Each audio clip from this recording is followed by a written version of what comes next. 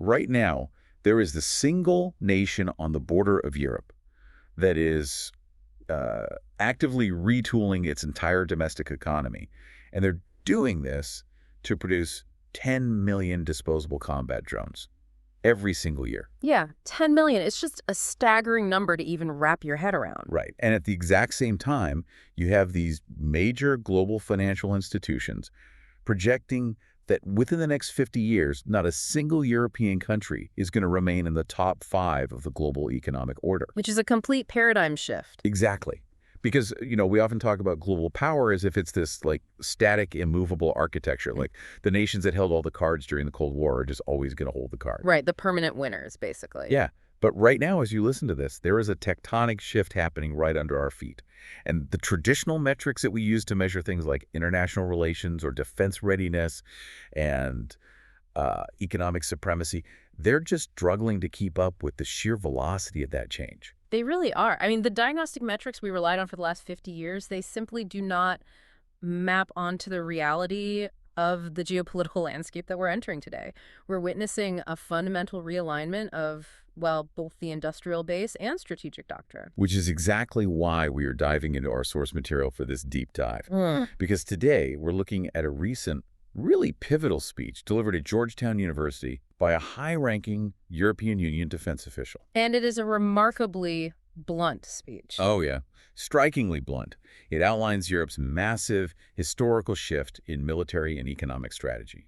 So our mission today is to unpack the arguments in this speech. We want to understand the 500-year macroeconomic trends that are altering the globe, the staggering reality of this new European defense buildup, and a really profound shift in the philosophy of modern warfare. Right, specifically that transition from what the speaker calls haute couture military design to a much more gritty wartime doctrine of good enough. We are going to get deep into that, but before we get into the actual mechanics of this shift, we do need to establish some clear ground rules for you, the listener. Yes, absolutely crucial. Because our source material today deals directly with international geopolitics, massive defense budgets, and obviously ongoing military conflicts. So we want to state right up front that we are not taking any political sides here. None at all. We are not endorsing the viewpoints or the specific policies or the political positions of the speaker or the European Union.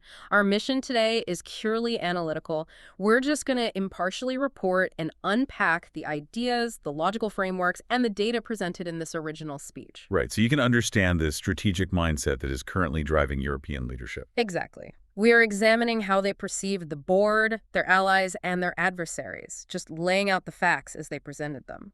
Okay, so let's set the scene. You have this prominent EU defense official standing in front of an audience at Georgetown University. So we're talking American academics, policymakers, defense contractors. A very specific crowd. Very. And he knows he's about to deliver some pretty harsh realities about America's changing role in the world and Europe's urgent need to militarize.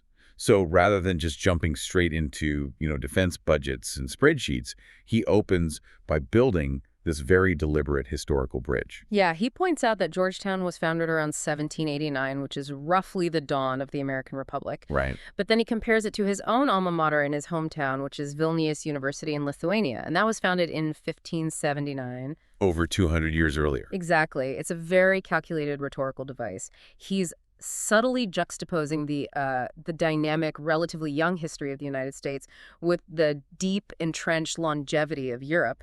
But the key is he doesn't do it to claim superiority. No, not at all. Right. He immediately points out that both Georgetown and Vilnius began as Jesuit institutions. He really leverages that shared academic and philosophical heritage to establish an immediate kinship with his American audience. He's basically saying, look, our timelines might look different, but our institutional DNA, our fundamental Western values, they are deeply intertwined. Exactly. And he desperately needs to establish that shared DNA because the macroeconomic forecast he is about to present is, frankly, highly disruptive to an American audience's understanding of the global order. Okay, let's unpack this. Because the data point he uses to illustrate the economic anxiety driving European defense policy, it is a massive reality check. It really is. He asked the audience to look back just 26 years ago, right to the start of this century. The world's top 5 economies were the United States, Japan, Germany, the United Kingdom, and France. A completely Western, heavily Eurocentric board. Right. But then he contrasts that snapshot with a recent Goldman Sachs projection for the year 2075. Mm. And the projected top 5 economies are China, India, the United States, Indonesia, and Nigeria. Which means 0 individual European countries make the list. None. Completely wiped from the top 5. It's a complete erasure from the top tier of individual global economic dominance. And what's fascinating here is how he frames this projection, because he doesn't present it as some apocalyptic end of days. Right, it doesn't panic. No, he actually presents it as a reversion to the historical mean. He argues that China and India returning to the absolute center of global economic gravity, that's just the world returning to the state it was in before Columbus sailed in 1492. Right, like before the European age of exploration and the Industrial Revolution that followed it. Precisely. I mean, for most of a recorded human history, the massive population centers in Asia drove the global economy. So the speaker is pointing out that the last 500 years of European and then later American hegemony, that was actually the historical anomaly. Wow. And this reversion to the mean is happening right now, driven by demographic realities and just rapid industrialization in the global south. You know, I think we often conceptualize these massive geopolitical shifts as just abstract concepts, right, like lines on a graph. But the psychological impact on legacy powers is immense. Oh, completely. Think about it like a dominant legacy sports dynasty, right? Like a basketball team that has just crushed everyone for decades. And suddenly they realize their star players are aging out, and they are facing these massive, highly funded expansion teams. Yeah, teams with a much deeper bench. Exactly. They simply can no longer compete individually. For European nations that literally wrote the rules of the modern global economy, accepting this mathematical downgrade has to be an incredibly bitter pill to swallow. It is, but he also doesn't let the U.S. off the hook here. Right, because the U.S. drops too. Yeah, he points out that the U.S. dropping from number 1 to number 3 by 2075. That is going to trigger immense domestic political anxiety in the United States as well. The transition from unipolar hegemony to a multipolar reality, it's just never comfortable. But the speaker leans into Europe's historical trauma to explain their proposed solution, doesn't he? He does. He essentially tells the American audience, we in Europe already know what it's like to lose our place in the world. I mean, they've lived through the devastation of 2 world wars, the physical division of their continent, the economic ruin of the Cold War. Yeah, they've been at rock bottom. Right. And the European answer to that catastrophic decline in the 20th century was integration. The creation of the European Union. Exactly. They surrendered certain aspects of individual national sovereignty to build a collective economic bloc. And he points out that it worked. Today, the EU represents a combined GDP of roughly $23 trillion. Making it the second largest economy in the world right now. Exactly. And that leads directly to his transatlantic pitch. Because if the EU stays united as a single regulatory and economic bloc, that Goldman Sachs projection for 2075 shifts. Oh, so they don't fall off the map. Right. As a collective bloc, the EU would only drop to number 4 in the world, rather than vanishing entirely from the top tier. So he looks at the U.S., which is projected to be number 3, and he says, alone, we both lose our ability to dictate global terms. We both get overshadowed by China and India. Exactly. But if we maintain a massive transatlantic economic and security partnership, combining the number 3 and number 4 economies, we maintain collective leadership. So it's not just about warm, fuzzy feelings of friendship. It is a purely pragmatic argument for survival. 100%. He is stripping away the usual diplomatic platitudes about, shared democratic values and replacing them with hard mathematical necessity. He's saying if the West wants to remain the center of global standard setting, the U.S. and the EU absolutely cannot allow themselves to be fractured. Right, divided we fall, basically. But I want to push back on the viability of this pitch for a second, because it's a great narrative in a Georgetown seminar room, projecting out to 2075. But it assumes that a 27-member bloc of sovereign nations with distinct domestic politics, totally different languages, and competing national interests can consistently act with the unified agility of a single nation-state like China or India. Yeah, that is a massive assumption. Right, like, is that actually realistic? Well, it's the perennial vulnerability of the European project. And the speaker knows that. He knows that theoretical 50-year economic projections won't actually force that kind of unity. They'll just argue about it in committees. Exactly. But you know what will force that unity? An immediate kinetic threat on your border. Which brings us to the immediate physical catalyst forcing Europe's hand right now. Because we aren't just talking about Goldman Sachs spreadsheets anymore. We are talking about artillery production and the grim reality of a war economy. Yeah, the speaker pivots sharply here to the threat posed by Russia. And he lays out some stark numbers to illustrate the sheer scale of the militarization happening on Europe's eastern flank. He notes that Russia is currently dedicating 50% of its national budget to defense and the war effort. 50%. I mean, to put that in perspective for you listening, if a modern Western democracy attempted to dedicate half of its entire federal budget to the military, the domestic economy would just implode overnight. Oh, instantly. You would see the total collapse of public infrastructure, healthcare, education funding.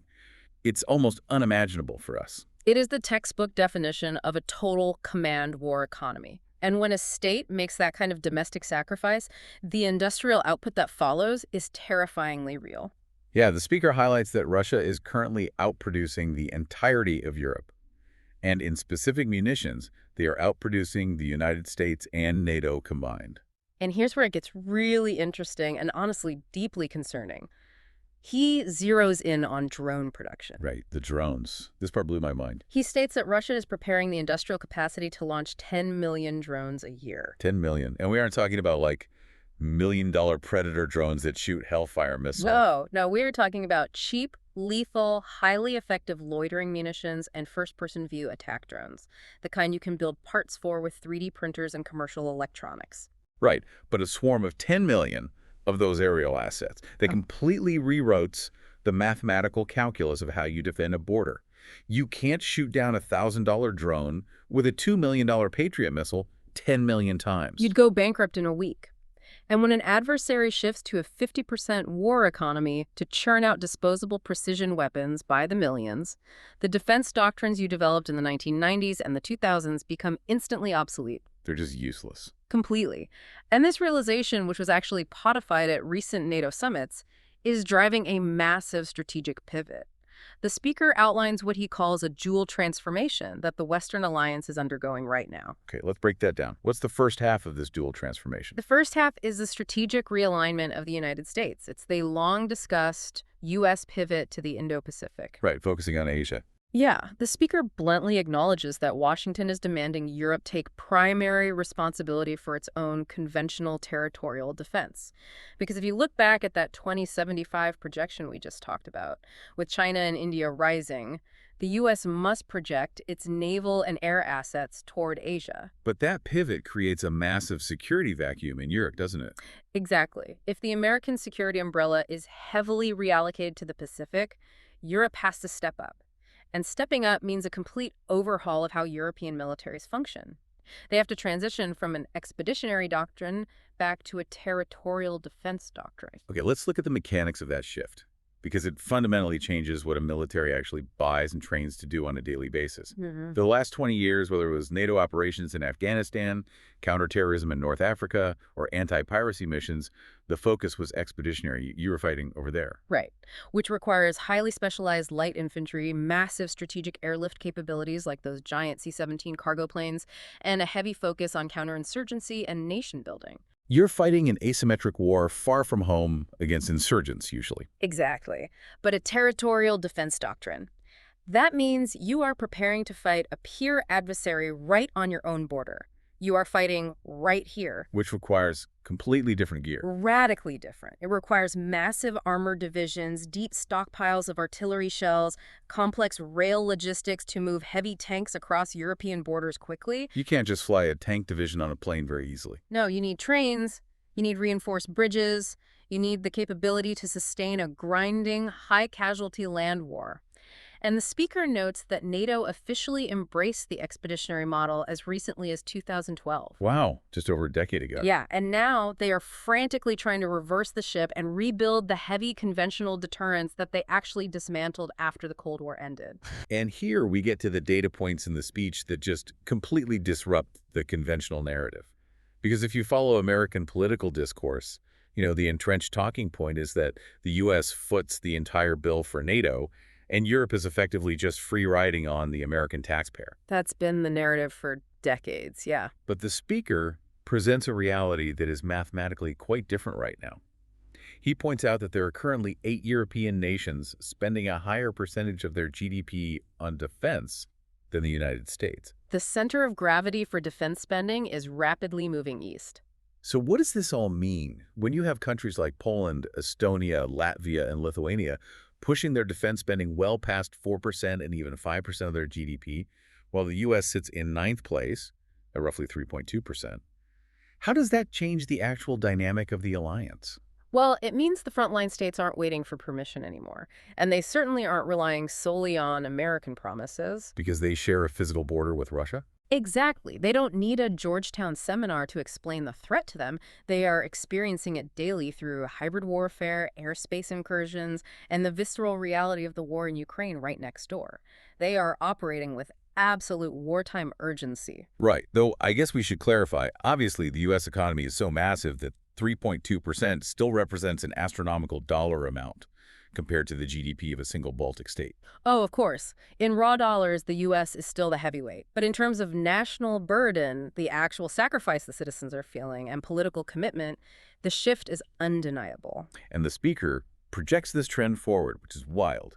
He states that if current trajectories hold, by 2030, European nations will be spending $1 trillion annually on defense. $1 trillion. In nominal terms, they will be matching or exceeding U.S. defense spending dollar for dollar in just a few years. He refers to this as a true defense big bang. It is a staggering injection of capital.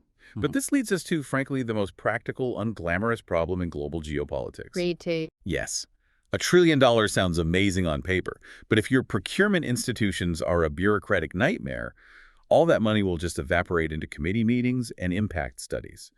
How do 27 different sovereign states actually coordinate buying and building a massive military apparatus? If we connect this to the bigger picture, early in the speech, the speaker lays out three foundational pillars of readiness. He says you need material, institutional, and political readiness. Okay. And his point is you cannot achieve material readiness, like actually building the tanks and the artillery shells, unless you first fix the institutional readiness. You need the plumbing to work before you turn on the water. Exactly. And institutional readiness in Europe means confronting the immense friction of having 27 separate, highly protectionist defense markets. Right. Think about the inefficiency of the old European system, like trying to manufacture a high-end smartphone. But every single piece of hardware has to be sourced and regulated by a different country. It's a nightmare scenario for a supply chain manager. Total nightmare. The screen comes from a nation with unique environmental regulations for glass. The battery comes from a country that uses a completely bespoke voltage metric. You have 27 different charging ports, 27 different operating systems, and you have to file a 4-year environmental impact study in every single jurisdiction just to build the assembly line. That is exactly how fragmented the European defense industrial base has been for decades. It's bespoke, it's incompatible, and it is excruciatingly slow. It is the exact opposite of the agile, scaled production you need to counter an adversary building 10 million drones. Precisely. And the speaker argues that slicing through this exact bureaucratic thicket is where the European Union apparatus actually provides its true added value. Right, like this is what the EU was built for. Yes. He details some dramatic structural reforms they are pushing through right now to fix this. For example, he discusses the ASAP instrument. The Act in Support of Ammunition Production. This is a fascinating mechanism because instead of just asking countries to individually go buy more ammo, the EU utilized this instrument to fundamentally intervene in the market. Right, because previously, European ammunition production was totally stagnant. They were making around 200,000 rounds a year. Which sounds like a lot until you realize a war uses that in a few weeks. Exactly. But defense contractors were terrified to invest billions in new factory lines because they didn't have guaranteed multi-year contracts from governments. They were afraid the war would end and they'd be stuck with empty factories. So the market was just frozen. Yes. But ASB allowed the EU to inject centralized funds to subsidize that capacity ramp up, and it incentivized member states to actually pool their procurement orders together. So by pooling the demand, they de-risked the investment for the manufacturers. They basically said, we guarantee we will buy this. Here is the cash to build the factory. Exactly. And the result, since 2023, they've increased production tenfold. They jumped from 200,000 up to 2 million rounds a year. That is incredible scale. But it's not just about throwing money at the problem. It's about regulatory friction. The speaker highlights a staggering statistic about permitting that just made my jaw drop. Oh, the 4,460 days stat. Yes. In the past, if a defense company wanted to build a new production facility in Europe, the red tape, the environmental reviews, the local zoning laws, it could take up to 4,460 days just to get the permits approved. That's 4 full years just to get the legal right to break ground on a factory, not even building it, just the paperwork. But driven by the urgency of this new era, they have slashed that process down to just 60 days. 6 days. They are overriding the standard bureaucratic inertia with national security exemptions. That is 25 times faster. It's a regulatory revolution. I mean, they're even tackling the most sacred cow of European politics. Yeah. The EU fiscal rules. Yeah, this is huge. For you listening, the EU operates under these incredibly strict budgetary rules, mostly born out of the Maastricht Treaty. They were designed to keep member states from running massive deficits and destabilizing the euro currency. Right, the 3% deficit rule. Exactly. But the speaker candidly admits that it is mathematically impossible for these nations to hit their new NATO targets of 3.5 or 4% defense spending if they are strictly bound by those old deficit caps. The math literally does not work. No. So the EU is formally tweaking those foundational fiscal rules. They are creating exceptions for defense spending, allowing states to take on the debt necessary to rearm without triggering massive EU financial penalties. They are essentially rewiring the financial and regulatory operating system of the entire continent in real time. It's wild to watch. But of course, as this trillion-dollar big bang of defense spending materializes, it's creating a massive gold rush for defense contractors. Everyone wants a piece of that pie. And that brings us to a major point of friction, and it's not with Russia, it's directly with the United States. Well, whenever massive amounts of capital are suddenly unlocked, trade imbalances become a deeply, deeply political issue. The speaker lays out the financial reality here. Between now and 2035, EU member states are poised to spend 7 trillion euros on defense. 7 trillion. Let that sink in. And even the centralized EU multi-annual budget, the MFF, which runs in these rigid 7-year cycles, they are allocating roughly 130 billion euros for defense and space for the next cycle. Which is 5 times more centralized funding than they have ever had in history. Right. And while that centralized funding is just a drop in the bucket compared to the 7 trillion in national spending, it all points to a rapidly expanding market. But here is the rub that the speaker presents to his American audience at Georgetown. He breaks down the current transatlantic defense trade, and it is wildly, wildly lopsided. Europe currently purchases 40% of its defense equipment from the United States. Right. But the United States purchases a mere 1% of its defense equipment from Europe. A 40-to-1 ratio. It is a one-way street. And European leaders are becoming increasingly vocal about this disparity. But the tension isn't just about economic protectionism, right? Like, it's not just buy European. It is fundamentally about sovereignty and operational control. And this requires us to talk about the massive regulatory elephant in the room. ITAR, the International Traffic in Arms Regulations. So, for the listener, ITAR is the United States' strict regulatory regime that controls the export of defense-related articles. Right. And the speaker delicately but very firmly explains to this American audience that European capitals are becoming highly hesitant to buy American weapons because of the massive strings attached by ITAR. Can you break down what those strings actually look like in practice? Sure. So it's the concept of end-use monitoring and extraterritoriality. When a European nation buys a sophisticated American missile system under ITAR, they do not have true sovereign control over that asset. Even though they bought it. Even though they paid billions of dollars for it. The United States government still dictates the exact parameters of how it can be used, where it can be deployed, and critically, whether it can be transferred or donated to a third party. Like Ukraine.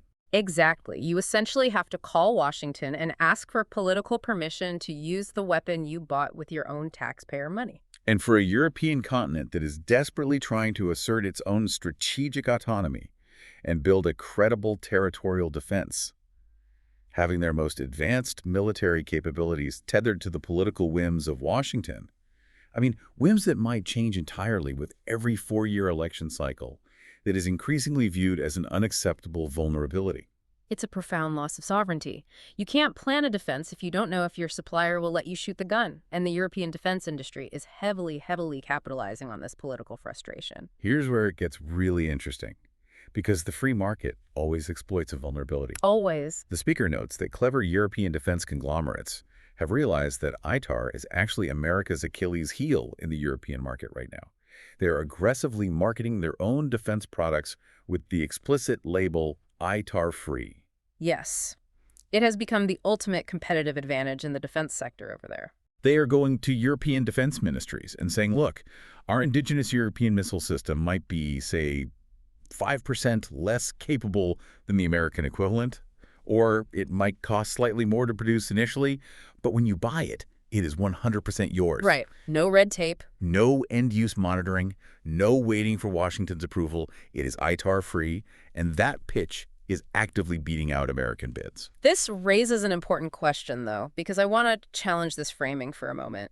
The U.S. and the EU share the same core values, right? They share the same intelligence, they are integrated into the exact same NATO command structure, and they are facing the exact same adversary in Russia. So is the European complaint about ITAR truly about operational friction, or is sovereignty just a convenient political excuse to implement European protectionism and funnel 7 trillion euros to their own domestic contractors? That's the billion-dollar question, isn't it? Yeah, it is. And the answer is it is inevitably a mix of both. But the speaker's argument goes much deeper than simple protectionism. He argues that a true geopolitical partnership cannot relegate one side to simply being a captive consumer market. Like you can't just be the mall we buy our stuff from. Exactly. He insists that a real partnership requires the United States to move beyond just selling licenses or allowing basic co-production. It requires a fundamental sharing of intellectual property. It requires true integrated joint research and development from the ground up. Right. And fundamentally, it requires the U.S. military establishment to actually evaluate, procure, and invest in European systems. He's saying, we refuse to just be your customers, we demand to be your industrial peers. Exactly. And he uses this demand for industrial parity to pivot to the most dynamic, revolutionary example of defense innovation happening on the planet right now. Oh, this is the best part of the speech. Because if you want to see what true unhindered joint innovation looks like, you don't look at a massive multinational bureaucracy in Brussels or Washington. You look at the trenches in Ukraine. Right. And this brings us to what I believe is the absolute most vital, thought-provoking theme of this entire deep dive. The profound contrast between haute couture warfare and the doctrine of good enough. It is a radical paradigm shift. Completely. This segment of the speech challenges the foundational philosophy of how the Western world has built its militaries for the last 40 years. The speaker introduces this section by quoting a recent observation by U.S. Senator Marco Rubio, who stated, quote, Ukraine has the best army in Europe. Which is a huge statement. It is. Now, a casual observer might think that's purely a compliment to the bravery and the battle-hardened resilience of the Ukrainian infantry. But the speaker's analysis of why they have the best army is fascinating. Right. He argues it isn't just about the tactical skill of the soldiers on the front line. It is driven entirely by the unprecedented innovation of their domestic tech industry and their civilian engineers. And he reveals a really counterintuitive truth about how military doctrine evolves. Because traditionally, the military hierarchy dictates demand. Right. Top down. A group of generals identify a strategic need. They write a 500-page list of requirements for a new vehicle. And defense contractors spend 15 years and billions of dollars trying to build it exactly to spec. Which means by the time it is finally fielded, the technology is often a decade out of date. Exactly. But the speaker notes that at the beginning of the war in Ukraine, there was no top-down military demand for mass drone warfare. Traditional Soviet-trained Ukrainian generals didn't want quadcopters. They wanted 155mm artillery and heavy armor. They wanted what they knew. But the Ukrainian tech sector, the commercial software engineers, the startup founders, the garage hobbyists, they didn't wait for a government procurement order. They just started building drones. They hacked commercial tech. Yes, they wrote new targeting software, Yeah. and they flooded the front lines with a massive dynamic supply of cheap, lethal capability. The supply of technology literally forced a change in military demand. The innovation of the civilian tech sector dragged the traditional military doctrine kicking and screaming into the future. And this leads to the speaker's brilliant, defining analogy of the entire address. He contrasts the traditional European defense industry with the Ukrainian model. For decades, Europe has focused on producing what he calls haute couture weapons. High fashion. Haute couture systems are the marvels of modern engineering. They are technologically exquisite, highly advanced and incredibly precise. Think of a modern Western fighter jet or a premier air defense system. They are designed for a theoretical peacetime environment where perfection is demanded. But because they are so exquisite, they are astronomically expensive. Yeah. The supply chains to build them are incredibly brittle, and they are nearly impossible to mass-produce rapidly. If you lose a single haute couture system in combat, you might be waiting 2 years and spending $50 million just to replace it. To put it in everyday terms, it's like spending 10 years custom building a multi-million-dollar carbon fiber supercar. On a pristine, paved racetrack, under perfect weather conditions, it is an unbeatable masterpiece. But warfare is not a pristine track. No, warfare is a muddy ditch. And if that supercar breaks down in the mud, you can't fix it. It requires specialized diagnostic computers, parts that have to be shipped from a bespoke factory 3 countries away, and engineers in clean suits. Meanwhile, Ukraine is operating on the doctrine of good enough. They are producing the equivalent of a heavily modified pickup truck. Right. It isn't pretty, it doesn't have a leather interior, it might vibrate terribly at high speeds, but it gets the job done. It is incredibly cheap to produce, meaning you can scale up manufacturing by the thousands in a matter of weeks. And crucially, when it inevitably breaks down or gets hit in that muddy ditch, the operator can fix it right there with a wrench, spare parts scavenged from another unit, and a roll of duct tape. It is the triumph of modularity, scalability, and cost exchange ratios. The speaker makes it very clear. Ukraine's good enough weapons are specifically designed for harsh wartime conditions to simply perform the necessary task on the battlefield. They do not let the perfect be the enemy of the lethal. Exactly, and you simply cannot argue with the real-world results of this doctrine. The speaker highlights exactly what this good enough approach is achieving against a massive traditional military superpower. These cheap, iterated Ukrainian drones, often costing just a few $1,000s, they are destroying multi-million-dollar Russian tanks. They are completely neutralizing the Russian Black Sea Fleet, making occupied Crimea basically untenable. And critically, they are achieving strategic depth. The speaker notes that these cheap, scalable systems are striking deep into Russian territory, hitting the oil refineries and supply depots that fuel the Russian war machine. He points out a remarkable historical milestone here. He says that for the first time since the collapse of the Soviet Union, these strikes have caused tangible panic and long queues at petrol stations in Moscow. That is immense strategic impact achieved at a fraction of the cost of haute couture systems. So the message the speaker is delivering to his European colleagues is urgent. We have to abandon our bureaucratic obsession with perfection. We have to learn from Ukraine's wartime agility. If Europe wants to build a credible deterrent, they must figure out how to merge their massive industrial capacity with the doctrine of good enough. Weapons that are cheaper, highly modular, rapidly scalable, and allow for instantaneous software iteration. And he emphasizes that the EU is already taking concrete steps to institutionalize this marriage. He mentions the recent European Union-Ukraine Defense Industrial Pact. They aren't just sending aid anymore. No, they're integrating their industries. They are establishing a joint drone alliance to mass-produce systems and countermeasures. They're even developing hybrid systems. Like, he mentioned a joint anti-ballistic capability that marries cheap, mass-produced Ukrainian interceptor missiles with highly advanced haute couture European radar and seeking technology. It is a brilliant synthesis of the two doctrines, using Western precision to guide scalable Eastern mass. He summarizes this effort perfectly. He says it is about fusing Europe's unparalleled industrial power with Ukraine's unmatched, battle-tested innovation power. Which brings us to the conclusion of this phenomenal address. After walking this American audience through deeply uncomfortable economic realities, the terrifying scale of Russia's 10 million drones, the thorny regulatory disputes over ITAR, and this huge philosophical shift from haute couture perfection to good enough lethality. He brings his entire argument back to the emotional and cultural foundation he established at the very beginning. He strips away all the defense jargon, and he appeals directly to the shared cultural DNA of the Transatlantic Alliance. He wants to remind this Georgetown audience exactly what they're defending and why they must defend it together. He notes how deeply intertwined our histories are. He points out that the very foundation of America was built by the descendants of Europeans, including those from his own home country of Lithuania.